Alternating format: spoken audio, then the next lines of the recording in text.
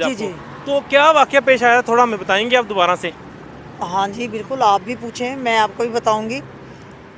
ये 3 तारीख को जो है ना, मरीम नवाज़ लंदन से जैसे ही आई हैं, पहला जलसा था उनका यहाँ बहावलपुर में।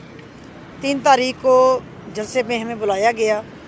वहाँ पर मैंने बड़े नारे लगाए, बहुत मैंने मतलब वहाँ पर मरीम नवाज़ को, मुस्लिम लीग नून को मैंने बड़ा अप्रिशिएट किया।